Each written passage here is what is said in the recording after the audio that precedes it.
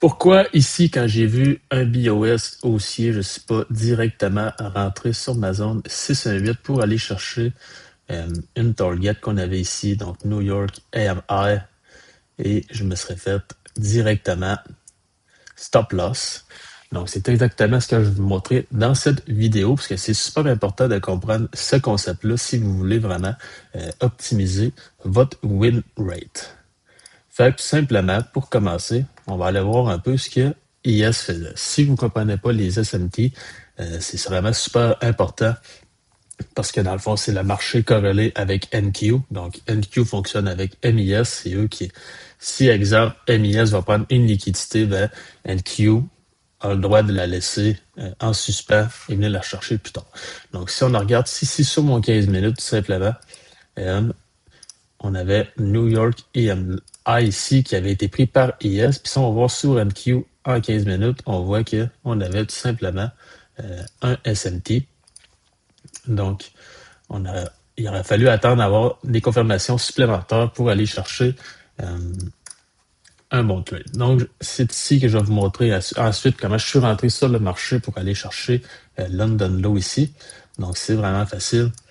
Quand on voit qu'on a un SMT, moi, j'aime bien attendre des confirmations supplémentaires. Donc, un changement de tendance en 5 minutes. Soit que j'aurais voulu voir un BOS sur ce high-là qui me confirme que le SMT, il est pas bon puis qu'on veut continuer à la hausse ici, comme c'est ici, ou bien soit qu'on faisait un choche ici sur le 5 minutes qui me confirme que le marché laisse cette liquidité-là en haut à IS pour l'instant et va aller chercher des targets à la baisse.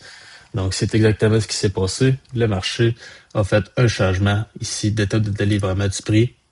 Vous voyez.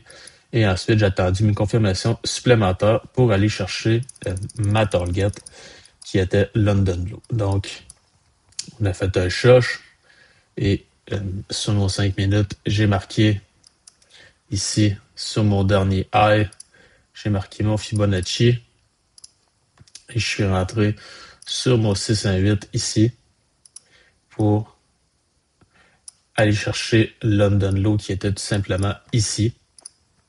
Et vous voyez que le marché va tout simplement aller chercher London Low. Donc, c'est vraiment important de comprendre les SMT. Super, super important pour éviter tout simplement de prendre des trades avec des pertes complètement inutiles. Parce que comme vous voyez ici, le marché ici a poussé à la hausse et est venu chercher New York AM. Et tout simplement, NQ n'avait pas besoin d'aller chercher, ça fait un SMT. Ma première confirmation que le marché n'aurait pas voulu pousser à la hausse, c'est tout simplement ici, on fait un choche, une bougie très forte ici. On avait un inside cassé vers le bas. On fait un choche sur le 1 minute. Ça me confirme déjà en premier lieu que le marché n'a pas besoin de venir chercher cette liquidité-là. Parce que sinon, elle serait seulement revenue avec une forte impulsion sur mon C8 ou mon 0.5 et partir directement à la hausse. Mais non. Toujours attendre ici sur le 5 minutes qu'on fasse un choche quand une liquidité est prise, qu'on voit un SMT probable.